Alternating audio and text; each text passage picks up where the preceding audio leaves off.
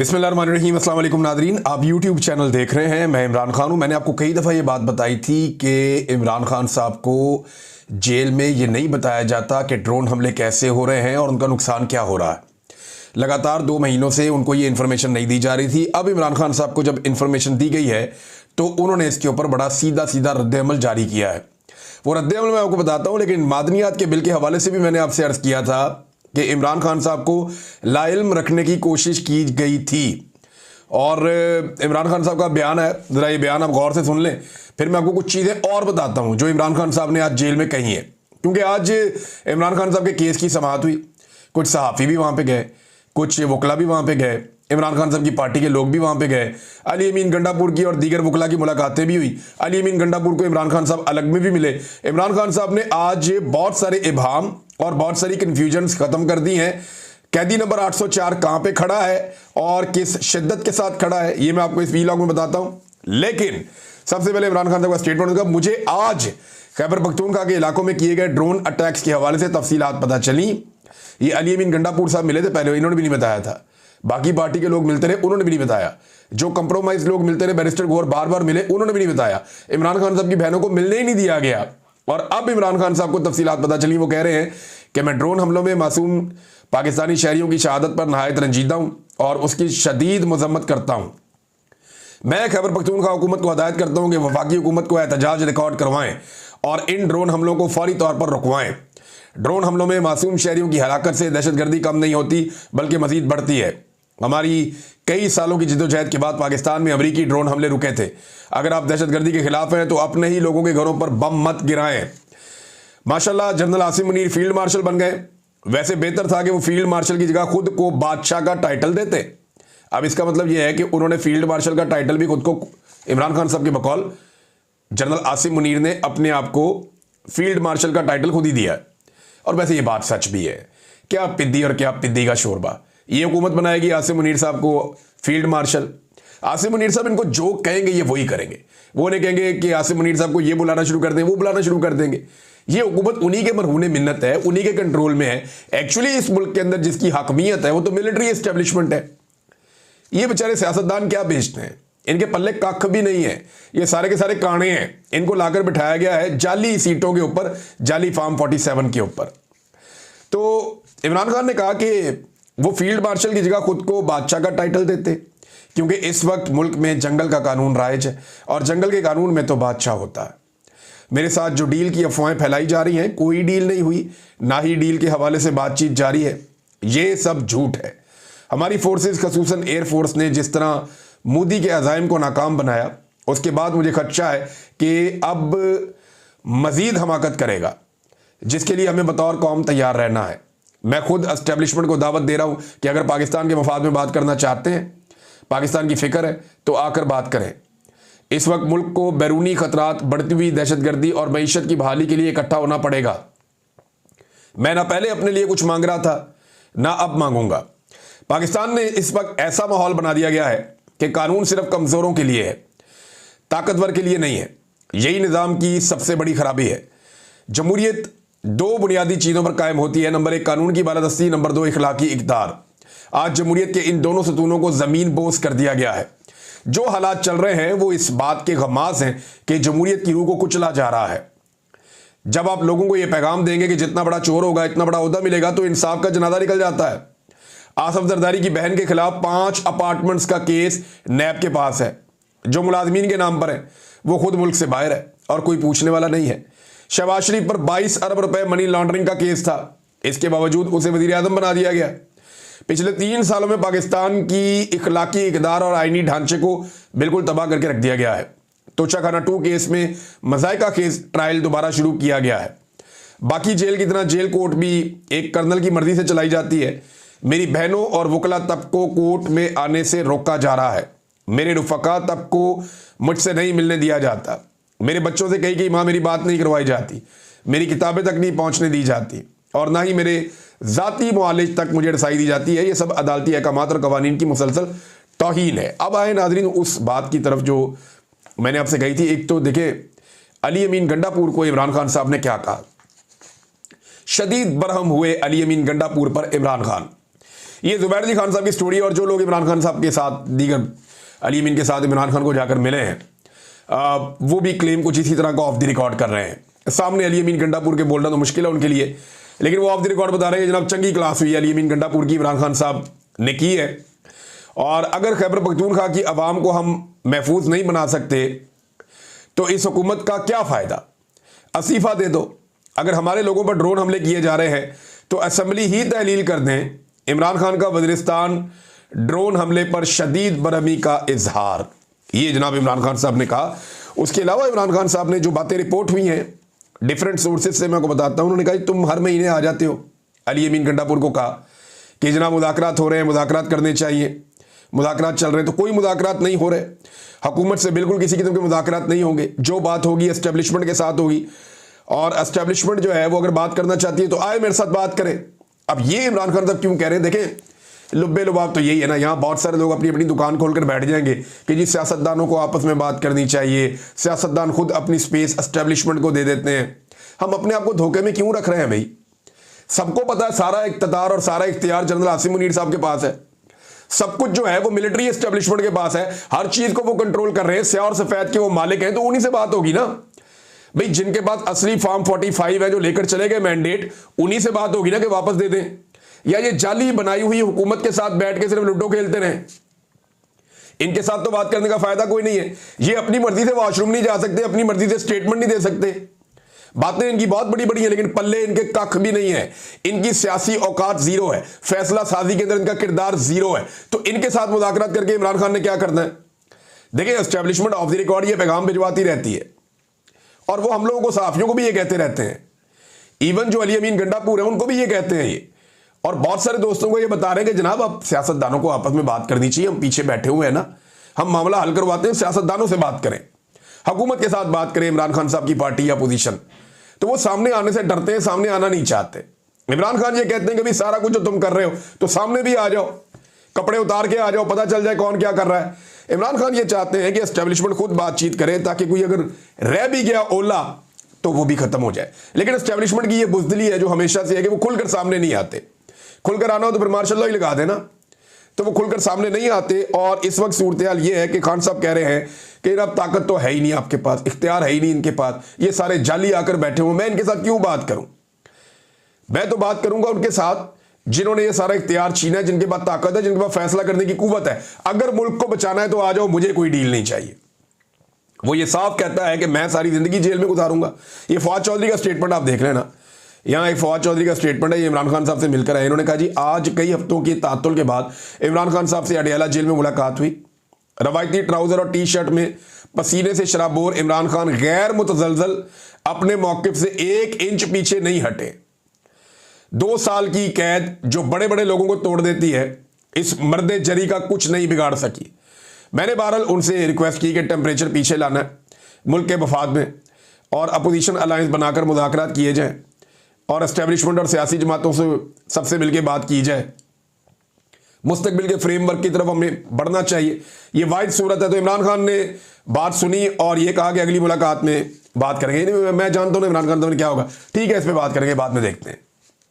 इमरान खान आज भी वहीं खड़ा है। इस पर रज़ी ताहिर साहब ने एक स्टेटमेंट जो है वो कोट करके इमरान खान साहब का रिपोर्ट किया, और गालिबन ये कोट रिपोर्टर्स में से किसी ने सुनकर उनको बताया, या वहाँ लीडर्स में से ये जज के रूबरू इमरान खान साहब ने गुफ्तगू की।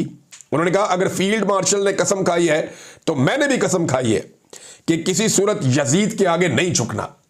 ये जनाब इमरान खान साहब का स्टेटमेंट है। इमरान खान साहब ने अली अमीन गंडापुर की भी क्लास ले ली, इमरान खान साहब ने बैरिस्टर गौर साहब की भी क्लास ले ली, और बैरिस्टर गौर साहब को तो उन्होंने कहा जी कि आप मुबारकबादें, और ये किस चक्कर में आप चल रहे हैं जनाब, हमारी पार्टी पॉलिसी, हमारी पार्टी लाइन एक अलग है। और इमरान खान की बहन ने भी बाहर आकर कहा कि जो पार्टी की पॉलिसी है वो कोई और नहीं देगा, वो इमरान खान साहब देंगे, और वो बताएंगे कि एक्चुअली पार्टी करना क्या चाहती है और पार्टी ने करना क्या है।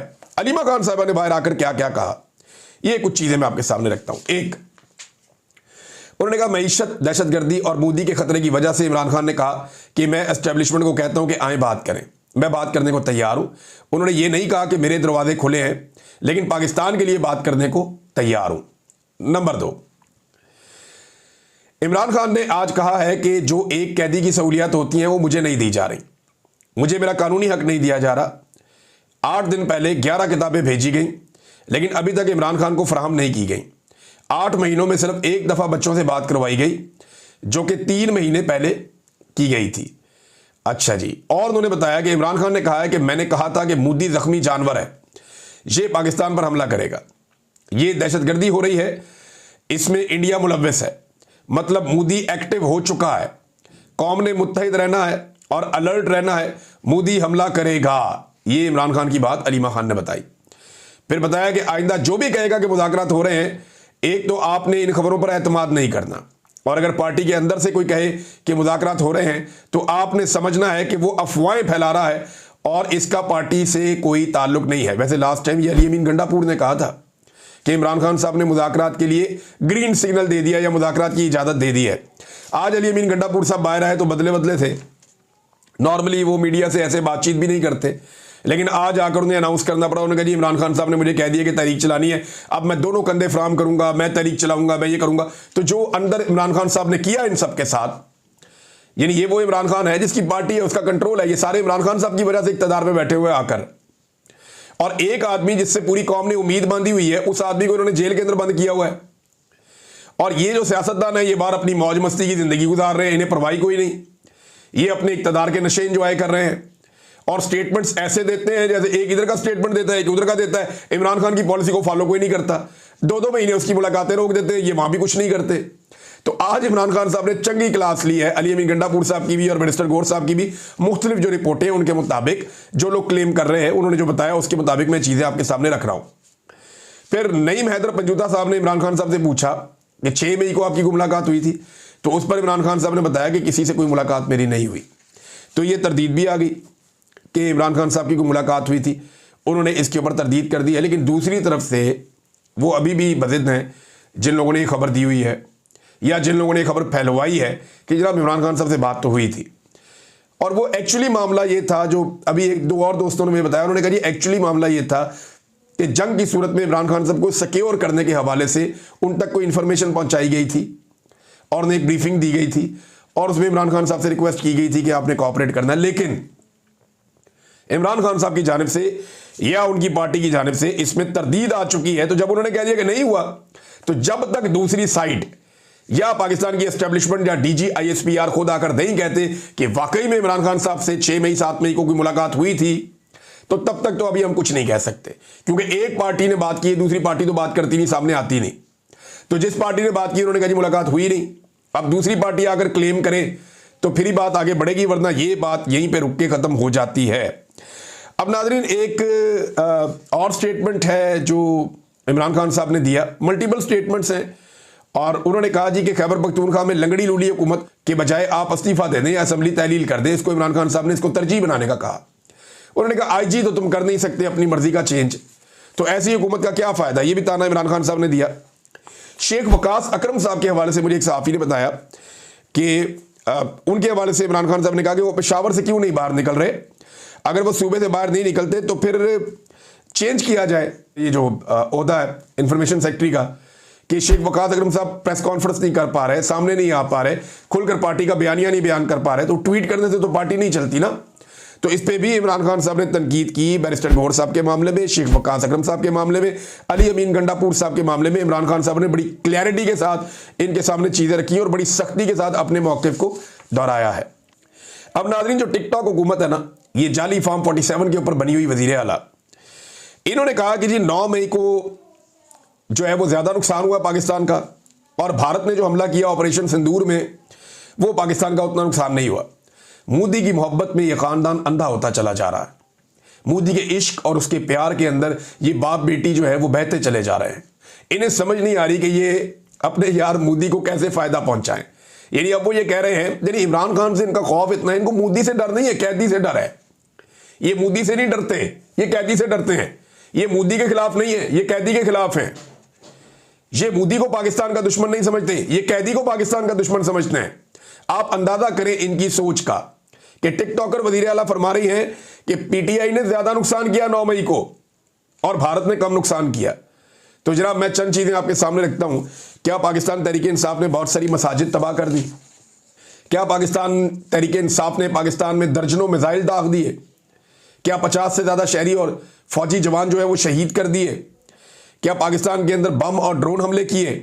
क्या पाकिस्तान का पानी जो है वो पाकिस्तान तहरीक इंसाफ ने रोका? कश्मीर में 3,000 से ज़्यादा नौजवान गिरफ्तार और गायब कर दिए गए हैं, जबकि 50 से ज़्यादा को शहीद कर दिया गया है। ये सारा कुछ जो है क्या पाकिस्तान तहरीक इंसाफ ने या इमरान खान ने किया है? हद हो गई वैसे इनके पागलपन की। एक तो मोदी को बचाने के चक्कर में, दूसरा इमरान खान को लटकाने के चक्कर में ये खानदान अंदाजन तकरीबन पागल हो चुका है। यानी ये स्टेटमेंट पागलपन की हद तक है। कौन देगा ऐसा स्टेटमेंट? यानी कंपैरिजन कर रहे हैं जी, पीटीआई ने ज्यादा बुरा किया पाकिस्तान के साथ, तो फिर 9 मई के बाद आर्मी चीफ को फील्ड मार्शल बना देते आप। अगर वो ज्यादा बड़ी लड़ाई थी तो, अगर वो ज्यादा बड़ी लड़ाई थी तो उसके ऊपर आप ज्यादा, वैसे उस लड़ाई को तो आज तक अपने सियासी फायदे के लिए इस्तेमाल किया गया। लोग एहतजाज करने निकले थे, पाकिस्तान तहरीक इंसाफ कहती है कि सीसीटीवी फुटेज लेकर आए, हमने तो किया ही कुछ नहीं, ना हमारी कोई प्लानिंग थी, और आज तक किसी अदालत में यह साबित भी नहीं कर पाए। यानी कोर कमांडर हाउस के अंदर तोड़फोड़ जो हुई उसको ये जोड़ लेंगे, बहुत सारे मदारिस जो टूट गए, मसाजिद में बच्चे और उस्ताद जो शहीद हो गए, ये उसके साथ जोड़ेंगे। दुश्मन मुल्क ने पाकिस्तान के मुख्तलिफ इलाकों पर हमला कर दिया, उसने मिसाइल दाग दिए, ये उसके साथ जोड़ेंगे। हद हो गई वैसे इनके पागलपन की और दुश्मनी की। ये दुश्मनी है और कुछ नहीं, और ये पाकिस्तान का भला नहीं, नुकसान कर रहे हैं। उल्टा पाकिस्तान की एस्टेब्लिशमेंट का बेड़ा गर्क हो रहा है इनके इस तरह के बयानात की वजह से। दो चीजें बहुत नुकसान पहुंचा रही हैं इस वक्त मिलिट्री एस्टेब्लिशमेंट को। नंबर 2, ये जितनी तशहीरी मुहिम चलाई जा रही है ना, मुझे बेशुमार लोगों ने ये बात बताई है कि इस तशहीरी मुहिम का उल्टा इंपैक्ट हो रहा है, लोग मजीद दूर चले जा रहे हैं। ये सिर्फ नजर आने की चीजें हैं। मीडिया के अंदर एक गिमिक क्रिएट किया गया है, लेकिन पब्लिक बड़ी खाइफ है। वो ये समझते हैं कि पाकिस्तान के सारे मसाइल के लिए जिम्मेदार पाकिस्तान की मिलिट्री एस्टेब्लिशमेंट है, जिन्होंने सबसे मकबूल लीडर को जेल में रखा हुआ है और पाकिस्तान के अवाम का मैंडेट भी चोरी किया है। जुल्म, जबर और फस्तायत के लिए वो जिम्मेदार हैं, जबकि एक जाली मैंडेट को लाकर हुकूमत को बैठा दिया गया है। जो शक्लें मुस्तरद की गई थी अवाम की जानिब से, उन्हें लाकर बैठा दिया गया। और ऊपर से शहबाज शरीफ साहब क्या कह रहे हैं, एक तो ये पागलपन है जो मैंने आपको बताया, भतीजी है, चचा उससे भी आगे। वो ये कह रहे हैं जी 71 की जंग का हमने बदला ले लिया भारत से। और खुदा का नाम ले मियां साहब, खुदा का नाम ले, कौन सी चीज कहां पे आपने जोड़ दी है? वो भाई 71 की जंग में 90,000 पाकिस्तानियों ने हथियार फेंके थे, फौजियों ने। वो दुनिया की तारीख का सबसे बड़ा सरेंडर था। आज भी इंडिया के पास उसकी तस्वीरें और वीडियोज मौजूद हैं। वो पूरी दुनिया में हमें शर्मिंदा करता है। 90,000 फौजी जो है उनके कैदी बना लिए गए थे। पाकिस्तान आधा टूट गया था, 2 टुकड़े हो गए थे पाकिस्तान के। आज तक कमर सीधी नहीं हो रही उस साने से। उसको आप जोड़ रहे हैं ये 4-6 तैयारे गिरने से। हद हो गई शहबाज शरीफ साहब। तैयारे यार, तैयारों का कोई नेमुल बदल है मशरकी पाकिस्तान? फॉर गॉड सेक, 90,000 कैदियों का नेमुल बदल है कि आपने उनके तैयारे गिरा दिए, बस ये 71 का बदला ले लिया। झूठ बोलने में, फ्रॉड करने में, बेईमानी करने में, चीजों को एग्जैजरेट करने में इस खानदान का कोई सानी नहीं है। इनका रिकॉर्ड कोई नहीं तोड़ सकता। अंदाजा करें, अब कह रहे हैं जी 71 की जंग का हमने बदला ले लिया है। कौन सा बदला लिया भाई? आपने कश्मीर आजाद करवा लिया, आपने भारत को 2 टुकड़े कर दिया। क्या आपने, भारत ने क्या आलमी सतह पे अपनी जंग तस्लीम कर ली, शिकस्त? भाई उन्होंने सीज फायर का कहा, आपने फौरन कर दिया सीज फायर। आपको क्या जरूरत थी सीज फायर करने की जब आप कश्मीर आजाद करवा सकते थे बकौल आपके? या आपको क्या जरूरत थी सीज फायर करने की जब आप 20 तैयारे और गिरा सकते थे? आपको गिराने चाहिए थे। आप कह रहे हैं जी हमने तहम्मुल का मुजाहरा किया। तो जंग के अंदर तहम्मुल का मुजाहरा नहीं होता। जंग जब चल रही हो ना, जब लड़ाई चल रही हो तो फिर लड़ाई लड़ी जाती है। बहरहाल शहबाज शरीफ साहब की बोंगी है, एक और इन्होंने मारी बोंगी के 71 की शिकस्त का बदला ले लिया 71 में, और ये चंद घंटे की लड़ाई में जमीन आसमान का फर्क है। जमीन आसमान का फर्क है, बहुत बड़ा फर्क है। वहां आपके 90,000 कैदी हैं भाई, वहां आपका आधा मुल्क टूट गया भाई। आज तक आप वो जख्म चाट रहे हैं भाई, आज तक उस चीज की तकलीफ होती है भाई। पूरी दुनिया में जहां जाते हैं ये तस्वीरें दिखाई जाती हैं, वीडियो दिखाई जाती हैं। आपके पास क्या है? आपने उनके 4-6 तैयारे गिराए हैं। एयरफोर्स को अल्लाह ताला ने बड़ी कामयाबी दी है, बड़ी जबरदस्त चीज हुई है, उसको हम मानते हैं। लेकिन इस कामयाबी को आप इतना बड़ा ना करेंगे, इसके अंदर हवा भर भर के ये बैलून ही आप फाड़ दें।